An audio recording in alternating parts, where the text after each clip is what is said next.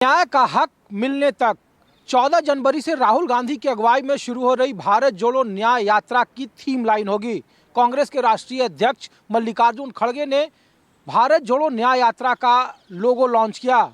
कांग्रेस मुख्यालय में भारत जोड़ो न्याय यात्रा के लोगों को लॉन्च करते हुए एक बार फिर मल्लिकार्जुन खड़गे ने मोदी सरकार पर निशाना साधा और कहा कि संसद के भीतर जो मुद्दे वो जनता के लिए कहना चाह रहे थे उस पे मौजूदा मोदी सरकार ने लगाम लगा दी। संसद के भीतर 146 सांसदों का निलंबन कर दिया गया, लिहाजा वो अब सड़कों पर है, आम लोगों की सुनेंगे और उन मुद्दों को आम लोगों के साथ चर्चा करेंगे। भारत जोड़ो न्याय यात्रा 14 जनवरी से इम्फाल से शुरू हो रही है, जिसमें पार्टी के राष्ट्रीय अध्यक्ष मल्लिकार्जुन खड़गे से लेकर कांग्रेस के तमाम वरिष्ठ नेता मौजूद रहेंगे।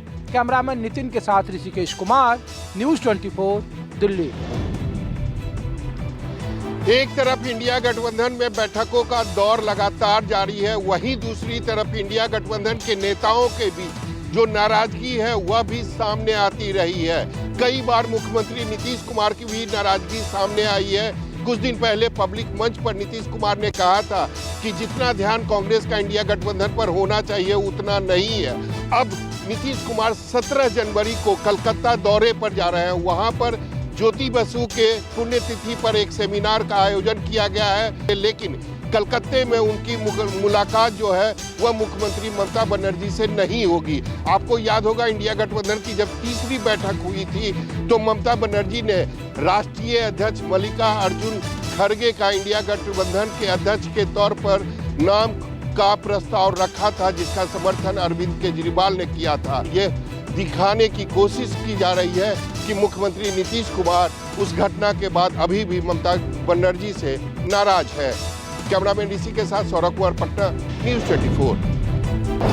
चुनावी मोड में चल रही बीजेपी ने आज फिर एक बड़ी बैठक बुलाई है। दरअसल मिशन 350 प्लस का जो लक्ष्य है उसके लिए बीजेपी ने अपने 7 मोर्चा को बैठक के लिए बुलाया है। बीजेपी के राष्ट्रीय अध्यक्ष जेपी नड्डा अब से कुछ देर बाद बैठक को संबोधित करेंगे और तमाम फीडबैक लेंगे कि आखिर ज़मीन पर क्या चल रहा है। हाल में ही बीजेपी ने अपने 7 मोर्चा के प्रभारियों में बदलाव भी किया है। अलग अलग महामंत्रियों को अलग अलग मोर्चों की जिम्मेवारी दी गई है और जाहिर तौर पे इसी वजह से जो 350 प्लस का लक्ष्य है बीजेपी का लोकसभा में, इनको यानी कि सभी मोर्चा को 7 मिशन दिया जाएगा। हर एक मोर्चा एक मिशन पे काम करेगा और 7 मोर्चों के लिए 7 मिशन की तैयारी है। इसके अलावा ये सभी कार्यक्रम जो होंगे आउटरीच कार्यक्रम होंगे, आम जनता के बीच ये तमाम मोर्चा पहुंचेंगे। लगभग 12 करोड़ घरों तक पहुंचने का लक्ष्य इन सभी 7 मोर्चा को जेपी नड्डा देंगे। कैमरामैन अभय के साथ कुमार गौरव, न्यूज़ 24 दिल्ली। पश्चिम बंगाल में राशन घोटाले को लेकर ईडी की बड़ी कार्रवाई चल रही है और ईडी के अधिकारी संदेश खाली पहुंचे थे और वहां पे शाहजहां शेख के घर में जब ईडी के अधिकारी पहुंचे तो वहां करीबन 300 से ज्यादा ग्रामीणों ने ईडी अधिकारी से चोट लगी है और ईडी के कई गाड़ियों में भी तोड़फोड़ किया गया है। ईडी अधिकारी अब शाहजहां शेख को कैसे गिरफ्तार किया जाए इसको लेकर कोर्ट जाने का मन बना रखा है। वहीं पूरे मामले को लेकर पश्चिम बंगाल के राज्यपाल सीबी आनंद बोस यहाँ डीजी को तलब पर राजभवन किए हैं, मुख्य सचिव को भी उन्होंने तलब किया है और विरोधी पार्टी बीजेपी की तरफ से पश्चिम बंगाल के कानून व्यवस्था पर भी सवाल निशान खड़ा किया जा रहा है। तो वहीं बनगांव में शंकर जो टीएमसी का जो नेता है, ईडी अधिकारी वहां पे भी घर पे उसके छापेमारी किए थे।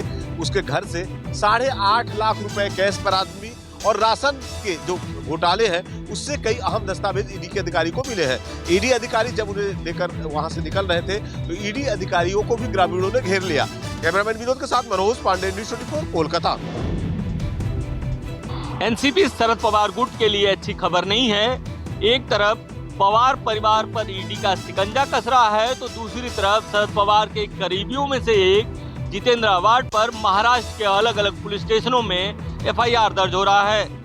अगर ईडी के रेड की बात करें तो ईडी ने महाराष्ट्र स्टेट कोऑपरेटिव बैंक घोटाले में कल 6 जगहों पर रेड की। ये रेड पवार परिवार के स्वामित्व वाली कंपनी बारामती एग्रो पर हुई।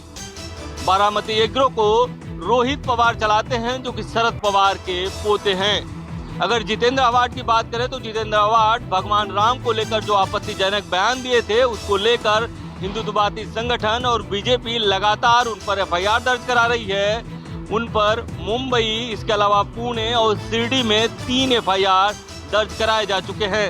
हालांकि अपने बयान को लेकर जितेंद्र आव्हाड ने खेद व्यक्त किया था, लेकिन बीजेपी और हिंदुत्ववादी संगठन उनको बख्शने के मूड में नहीं है और उन पर कार्रवाई चाहते हैं। कैमरामैन दिलीप आवरे के साथ इंद्रजीत सिंह, न्यूज़ 24, मुंबई। गुलाबी शहर जयपुर में देश भर के तमाम राज्यों के डीजीपी, आईजी और आला पुलिस अधिकारियों का 3 दिवसीय कॉन्फ्रेंस का आज दूसरा दिन है, जिसमें पीएम नरेंद्र मोदी भी भाग ले रहे हैं। खास बात यह है कि पीएम नरेंद्र मोदी न केवल इस सत्र का यहां पर उद्घाटन कर रहे हैं, बल्कि पूरे दिन भर तमाम राज्यों के डीजीपी का प्रेजेंटेशन भी देख रहे हैं। साथ ही कई राज्यों के डीजीपी से एक एक मुद्दे पर वे अलग अलग चर्चा कर रहे हैं। सभी राज्यों के डीजीपी को तैयार कहा गया है कि वे अपने साथ प्रेजेंटेशन लेके आए, बताएं अपने राज्य में किस तरह से कानून व्यवस्था को सुधारा जा रहा है। दरअसल कल यह पूरा कॉन्फ्रेंस शुरू हुआ था, अमित शाह ने इसकी शुरुआत की थी और आज भी पीएम नरेंद्र मोदी के साथ केंद्रीय गृह मंत्री अमित शाह, राष्ट्रीय सुरक्षा सलाहकार अजीत डोभाल भी मौजूद हैं। साथ ही खुफिया विभाग के कई अधिकारी भी हैं, जिनके साथ पीएम नरेंद्र मोदी ने अर्बन नक्सलवाद को लेकर चर्चा की है, खालिस्तान के मुद्दे को लेकर चर्चा की है, एआई के जरिए जिस तरह से अपराध सामने आ रहे हैं, आर्टिफिशियल इंटेलिजेंस के जरिए फेक न्यूज़ के जो बातें तमाम सामने आ रही है, उस पर किस तरह से लगाम लगाया जाए, इस पर विचार विमर्श किया जा रहा है। कैमरामैन विजय सिंह के साथ श्रीवत्सन, जयपुर, न्यूज़ 24। दिल्ली के मुख्यमंत्री अरविंद केजरीवाल को 6, 7, 8 तारीख को गुजरात में रहना था, लेकिन उसके बाद अचानक सुबह खबर आई कि अरविंद केजरीवाल एक अहम बैठक करने वाले हैं। इस समय वो भी इस मुद्दे पर कि दिल्ली का बजट कैसे होने वाला है। दिल्ली का बजट सत्र जल्द आने वाला है और शायद इसी व्यवस्था को ध्यान में रखते हुए कि इस बार का बजट सत्र में इस बार बजट ऐसा हो कि दिल्ली वाले कहीं ना कहीं ये समझ पाएं कि 2024 के चुनावों के मद्देनजर अरविंद केजरीवाल और आम आदमी पार्टी दिल्ली की जनता के लिए क्या कुछ सोच रही है। शायद यही वजह है कि अरविंद केजरीवाल ने इसको लेकर आज एक अहम बैठक बुलाई है, जिसमें दिल्ली की वित्त मंत्री आतिशी, साथ में चीफ सेक्रेटरी और साथ साथ वित्त सचिव को भी इसमें बुलावा दिया गया है। ये तय किया जाएगा कि आखिर इस बार के बजट में क्या क्या ऐसे प्रावधान हो सकते हैं जिससे कहीं ना कहीं आम जनता को इससे फायदा हो। 24 के चुनाव और उसके बाद दिल्ली के विधानसभा चुनावों से पहले अरविंद केजरीवाल चाहते हैं कि ये साल पूरा ऐसा रहे जिसमें कहीं ना कहीं दिल्ली वालों का विश्वास अरविंद केजरीवाल पर बना रहे। इसलिए बजट सत्र से पहले बजट की ये बैठक बहुत ज़्यादा अपने आप में अहम है। कैमरा पर्सन साहिल अंसारी के साथ वरुण सिन्हा, न्यूज़ 24, दिल्ली।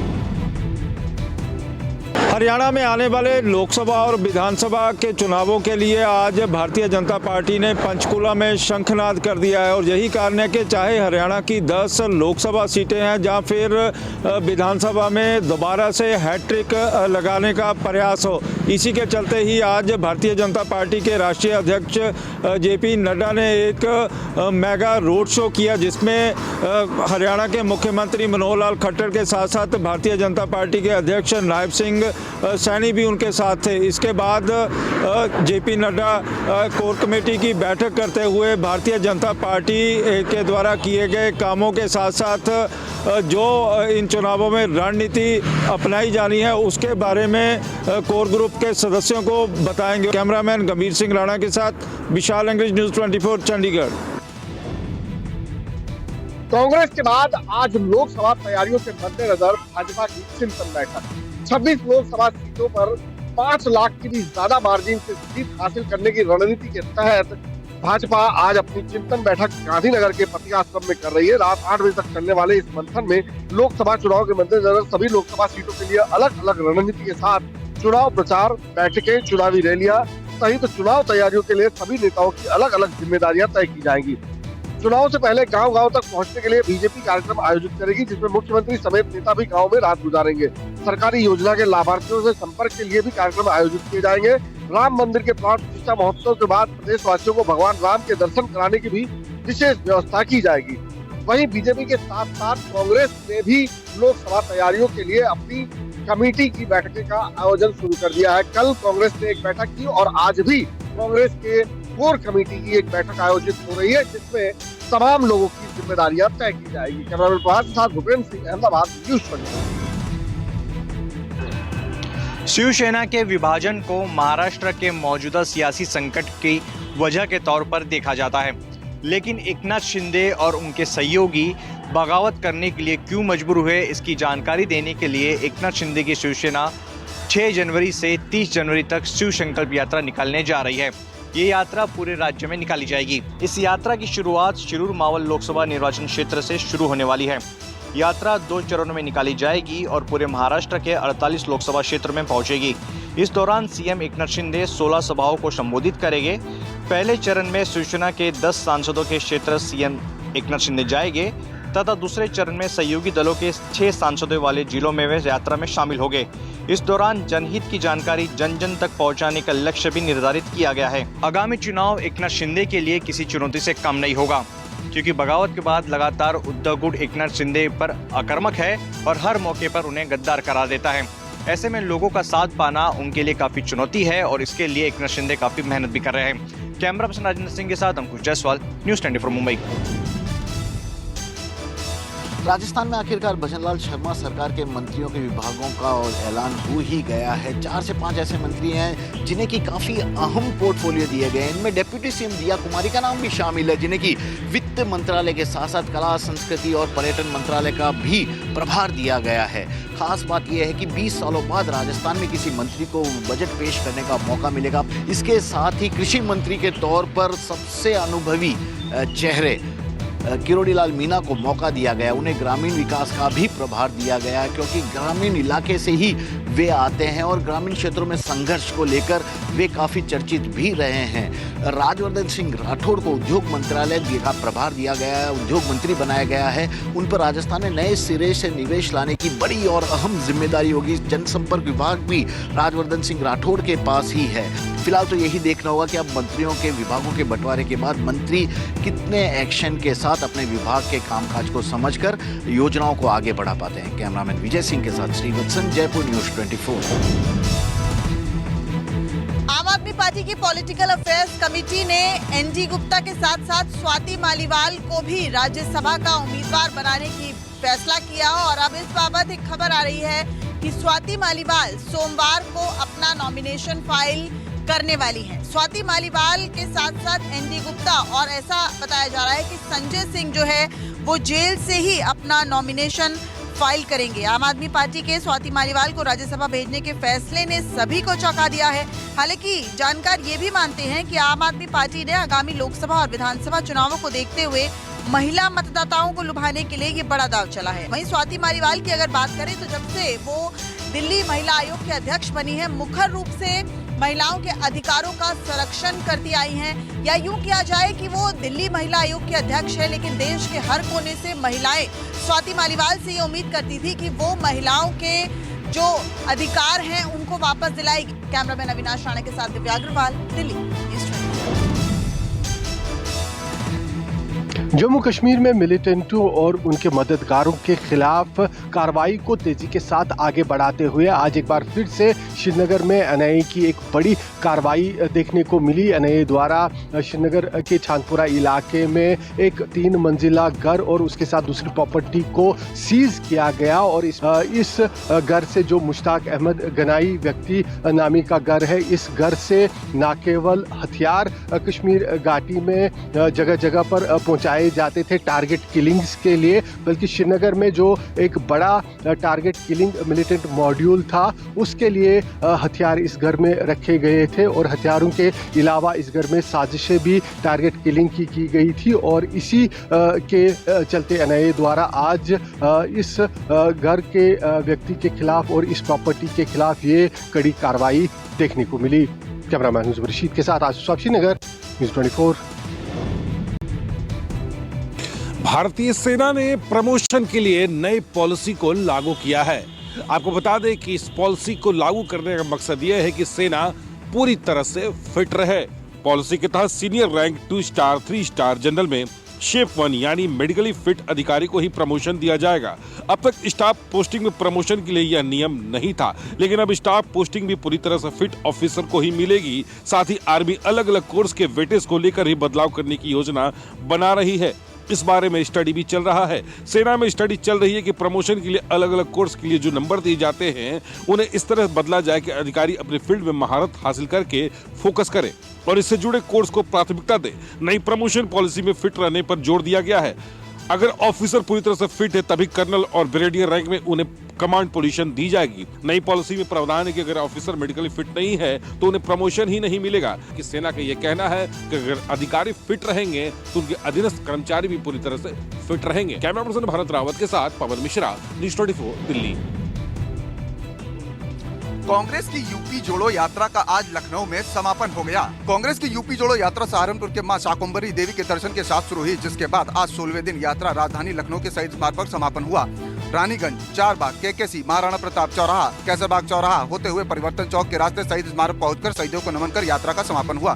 प्रदेश अध्यक्ष अजय राय के साथ आराधना मिश्रा मोना, प्रमोद तिवारी सहित वरिष्ठ नेता व कार्यकर्ता शामिल हुए। इस दौरान 2024 के चुनाव को मद्देनजर कांग्रेस पार्टी ने राजनीतिक संकल्प भी लिया। कुछ दिनों बाद ही भारत न्याय यात्रा भी उत्तर प्रदेश होकर के गुजरेगी। एक महीने के दौरान भारत न्याय यात्रा को भी मजबूती से आगे बढ़ाने के साथ ही 2024 लोकसभा चुनाव में मजबूत दावेदारी और जीत के लक्ष्य के साथ उतरेगी। साथ ही आपको ये भी बता दें, कांग्रेस के नए यूपी में जो प्रभारी बनाए गए अवनीश पांडे, वो भी यात्रा के समापन में शामिल हुए।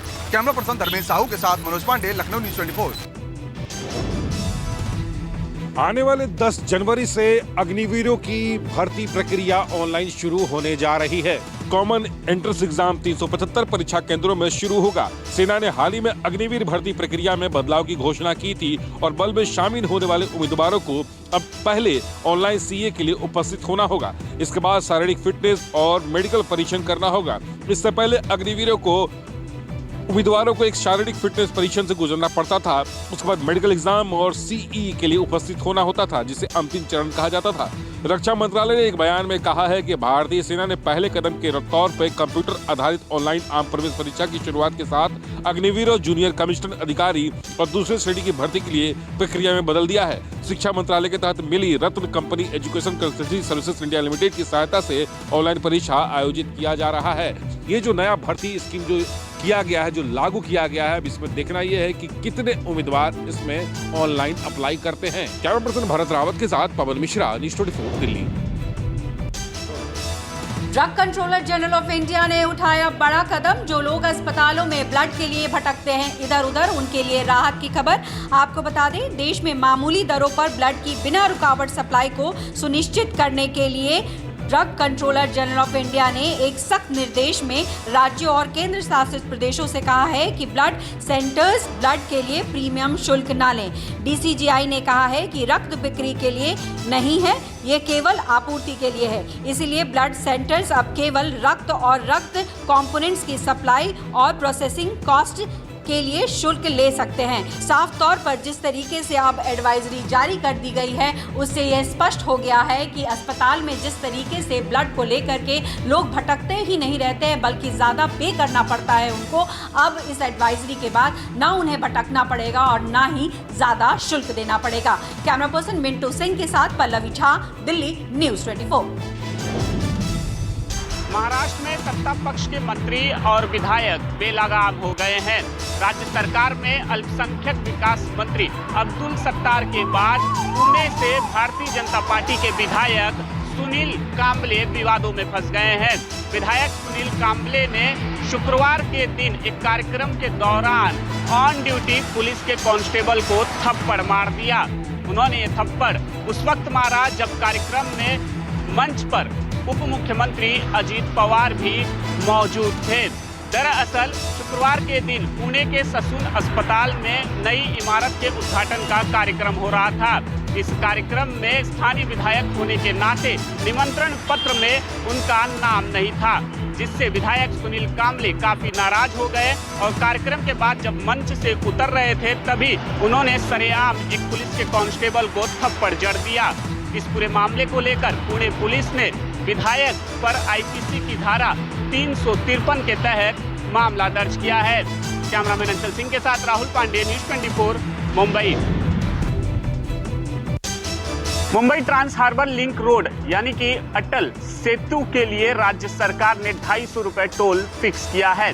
इसको लेकर राजनीति गर्मा गई है। शिवसेना यूबीटी के नेता आदित्य ठाकरे ने सरकार से एमटीएचएल को जो है टोल फ्री करने की मांग की है। इतना ही नहीं, आरटीआई एक्टिविस्ट अनिल गलगली ने भी सरकार द्वारा टोल वसूलने पर सवाल खड़े किए हैं।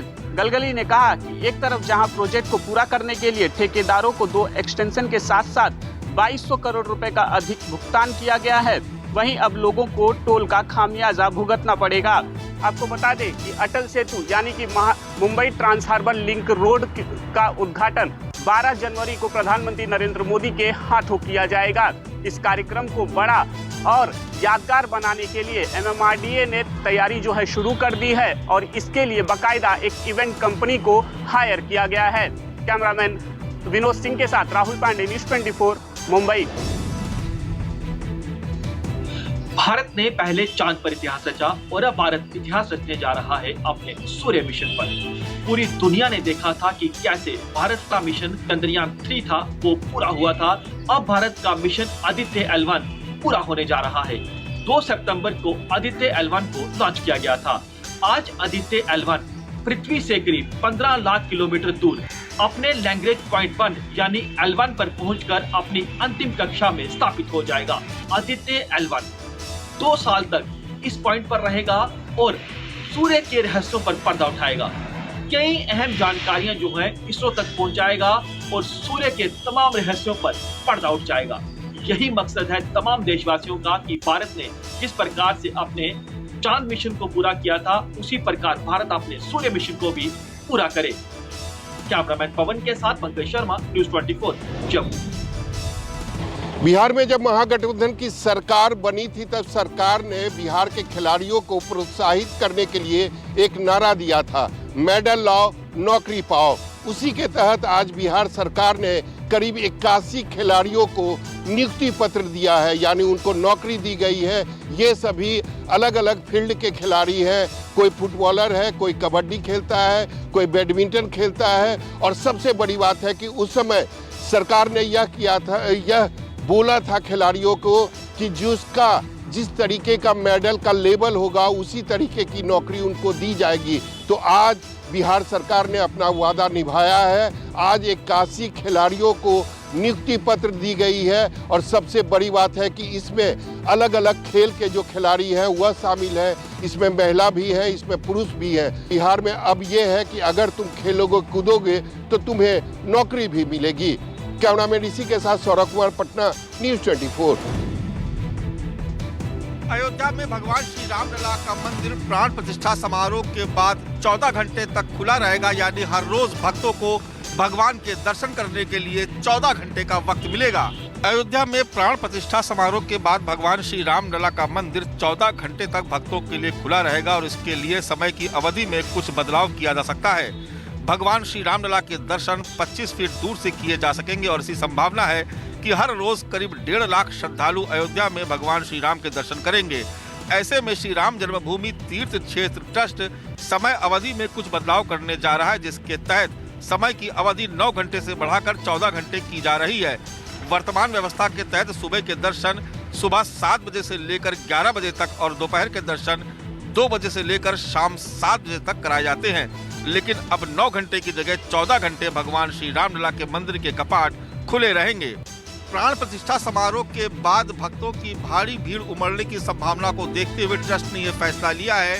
ट्रस्ट जल्द ही सुबह और शाम की अवधि का भी ऐलान करेगा। कैमरा पर्सन सचिन कुमार सैनी के साथ मानस श्रीवास्तव, अयोध्या, न्यूज़ 24।